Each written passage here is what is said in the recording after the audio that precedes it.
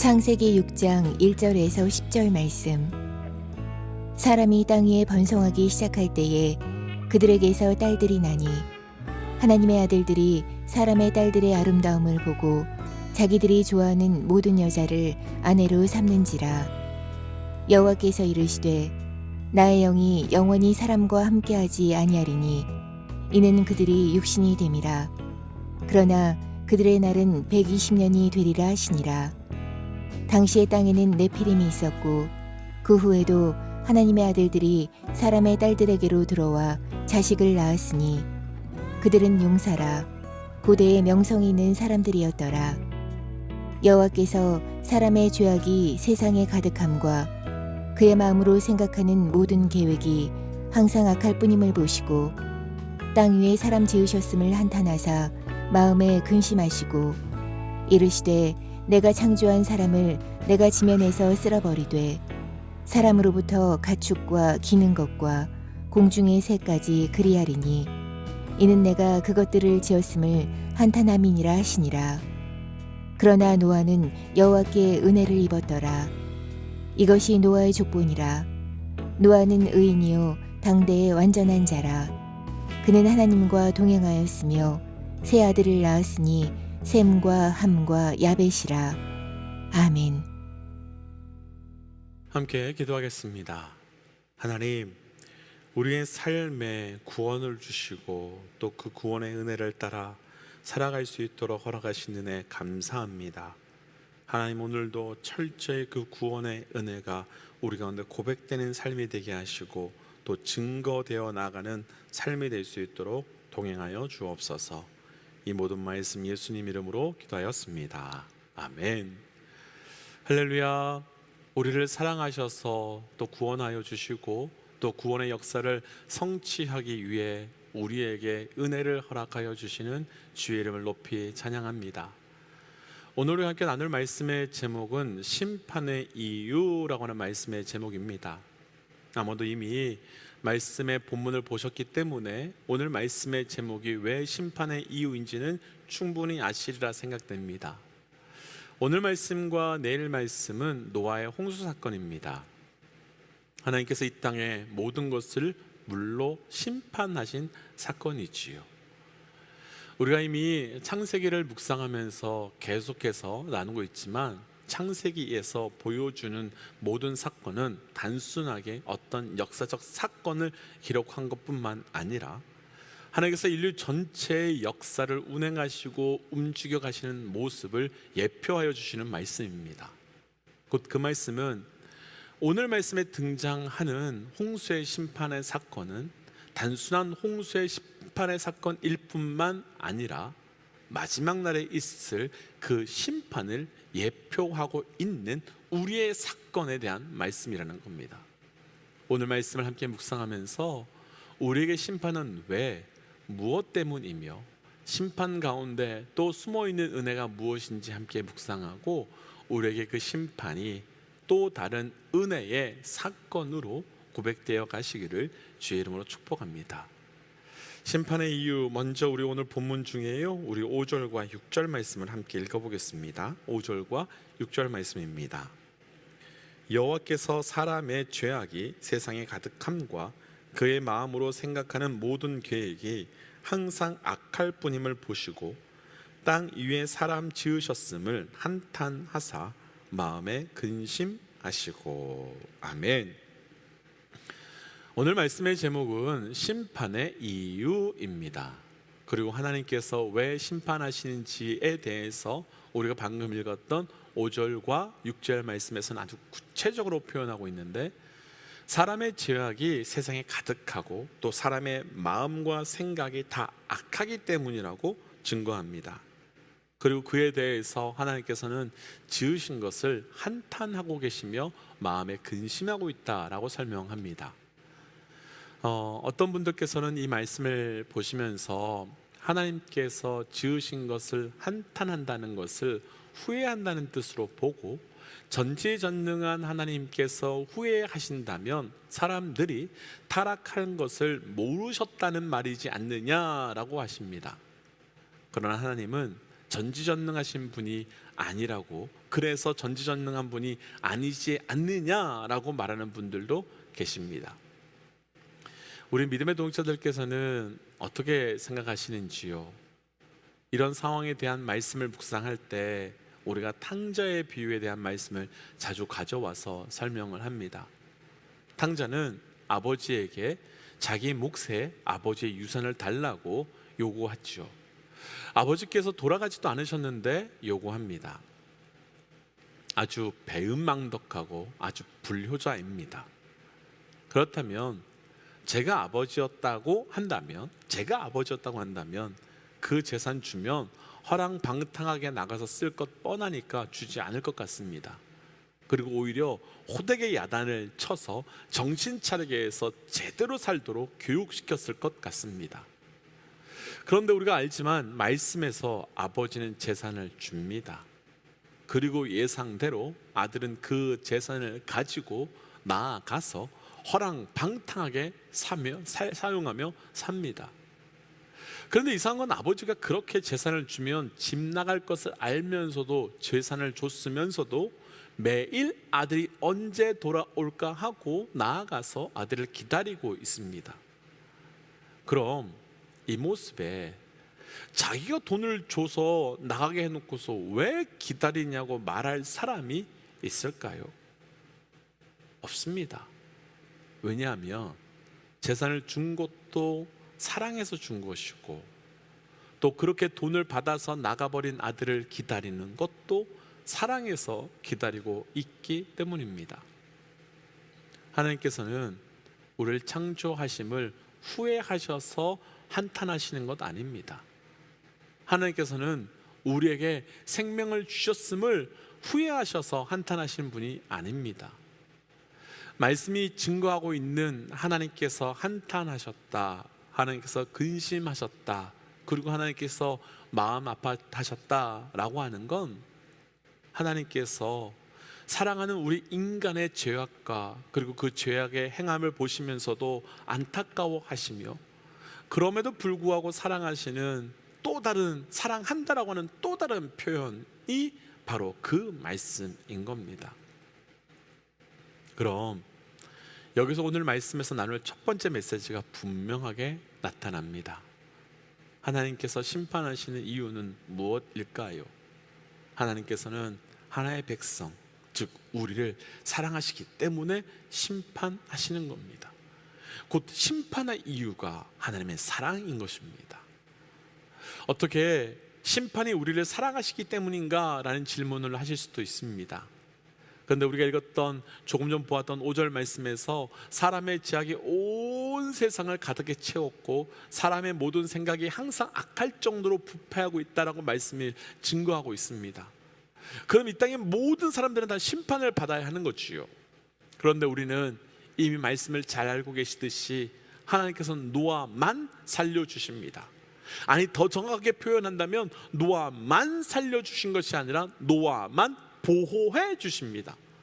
그럼 왜 노아만 보호하시고 살려주셨는가 하면 8절 9절에 가보시면 노아가 당시 유일한 의인이며 완전한 사람이기 때문이라고 말합니다.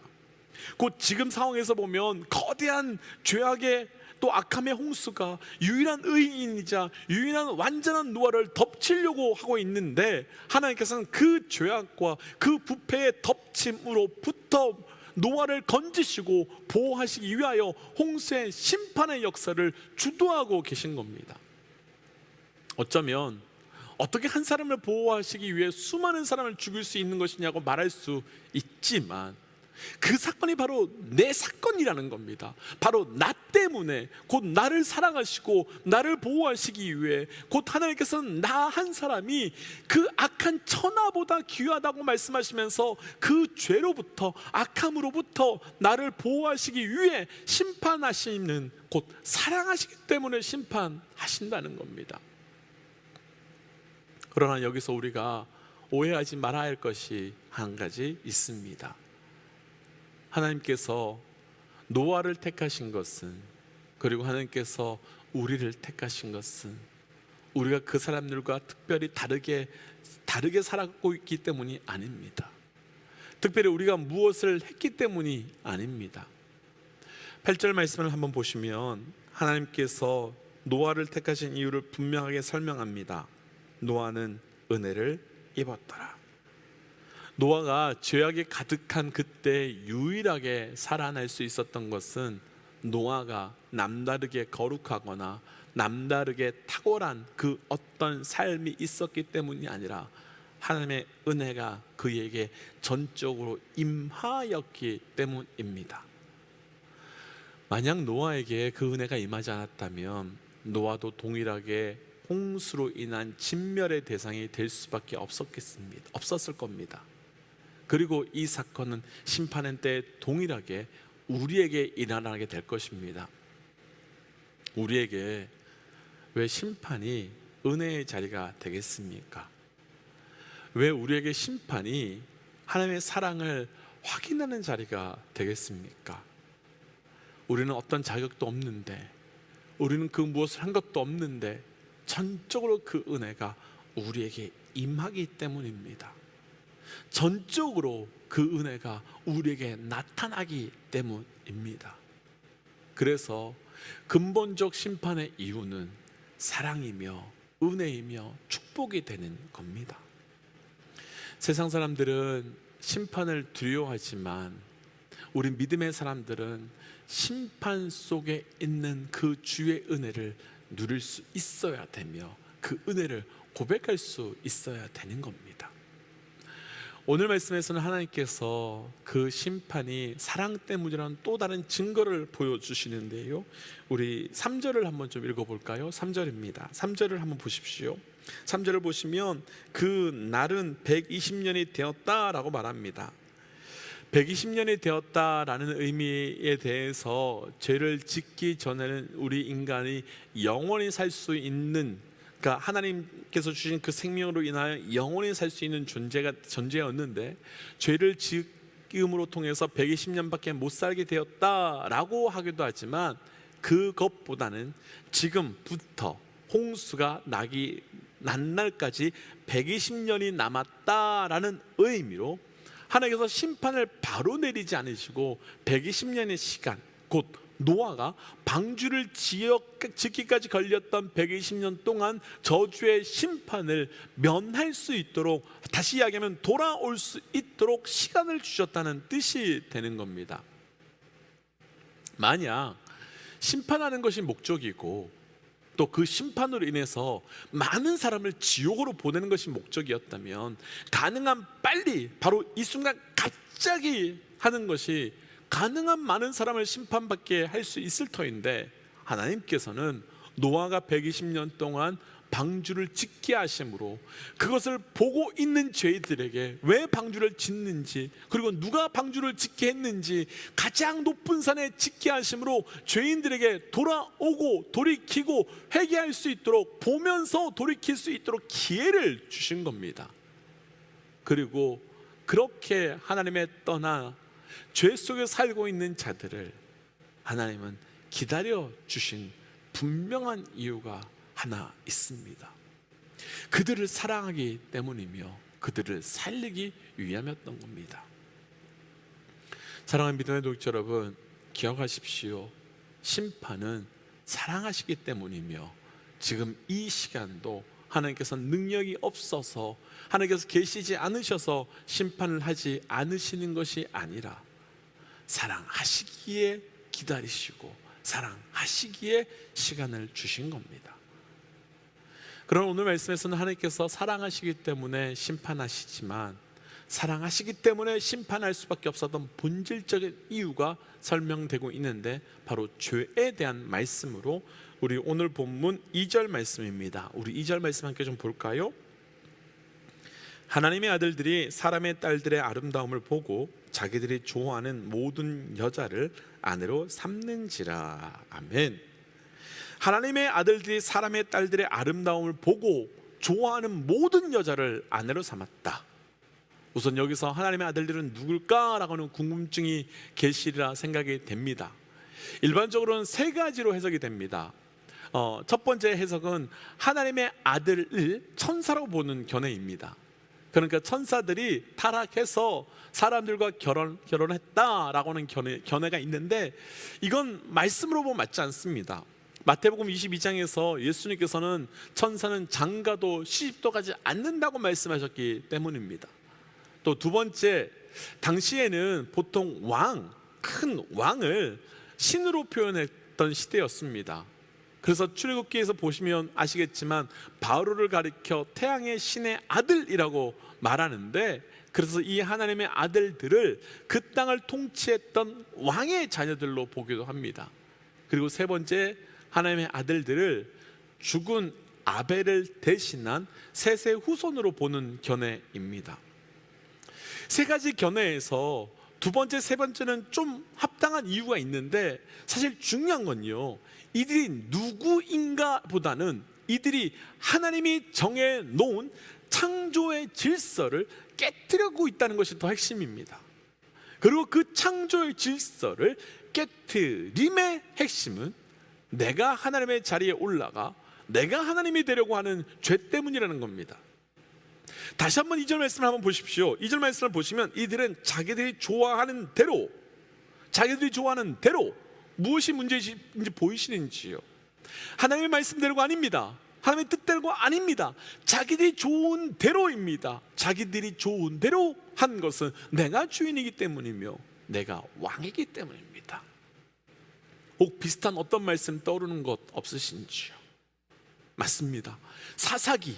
사사기에서 왕이 없음으로 자기들의 소견에 옳은 대로 행하는 것, 곧 진정한 왕이 되시는 하나님이 계심에도 불구하고 그 뜻에 순종하며 살지 않고 하나님을 하나님으로 인정하지 않던 삶과 똑같은 모습인 겁니다.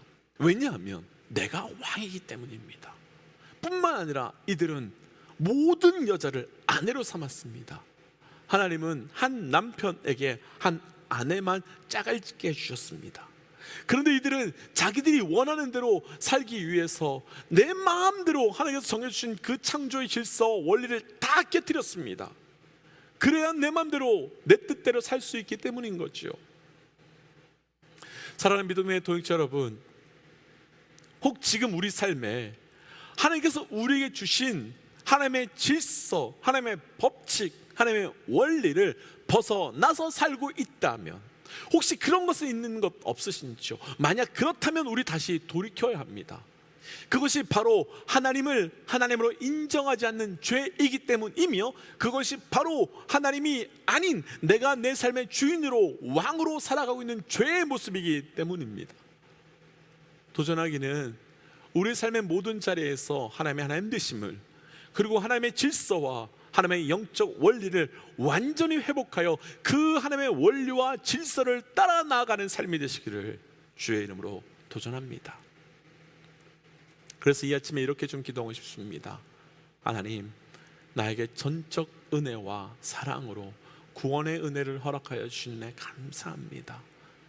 그러나 지금 내 삶에서 하나님의 영적 원리와 질서를 벗어나서 살고 있는 것이 있다면 하나님 그것을 분별케 하여 주시고 하나님의 질서와 하나님의 영적 원리를 다시 회복하는 자 되게 하여 주옵소서. 우리 함께 시간 기도하며 나가겠습니다. 기도할까요? 하나님, 오늘 주신 말씀을 기도합니다. 하나님, 하나님께서 보여주시니 그 놀라운 은혜가 우리를 수 있도록 도와여 주시옵소서. 하나님, 내 삶의 사랑을 것을 볼 수 있도록 도와여 주시고, 그래서 그 뜻대로 살아가며 그 뜻대로 온전히 살아갈 수 있도록 도와여 주시옵소서. 하나님, 내가 내 삶의 주인 되지 않게 하시고 하나님이 내 삶의 주인 되어 그 삶으로 살아가는 인생 되게 하여 주옵소서. 하나님, 오늘도 이 말씀을 통해 우리의 삶을 돌아볼 수 있도록 허락하여 주시는 은혜 감사합니다. 하나님, 하나님께서 주신 그 삶의 모든 것 가운데 내 뜻대로 내가 주인 되어 살아가는 것이 아니라 하나님이 나의 왕이시며 하나님께서 나의 주인 되심을 선포하며 살아갈 수 있는 우리의 삶이 되게 하여 주옵소서. 하나님, 마음대로 살았던 세상의 사람들처럼 하나님의 원리와 하나님의 법칙을 깨뜨리며 벗어나 살아가는 그들처럼 살아가는 것이 아니라 철저히 말씀의 원리에 따라 하나님의 그 진리의 원리에 따라 살아가는 우리의 삶이 되게 하여 주옵소서. 이 모든 말씀 예수님 이름으로 기도하였습니다. 아멘. 사랑하는 믿음의 동지 여러분, 오늘 말씀에서 세상의 사람들은 자기들이 보기에 아름다운 모든 것을 취하고 결혼하는 모습을 봅니다. 혹 우리 가운데 하나님께서 정해주셨던 그 영적 원리와 질서를 벗어나서 살고 계신 분들 계시다면 오늘 말씀을 통하여 다시 돌이켜 우리 삶의 심판이 아니라 주의 은혜로 살아가시기를 주의 이름으로 도전합니다. 우리 함께 이 시간 선포하고 또 삶의 자리로, 기도의 자리로 돌아가지요. 함께 선포하겠습니다. 하나님은 살아계십니다. 아멘. 함께 기도하겠습니다.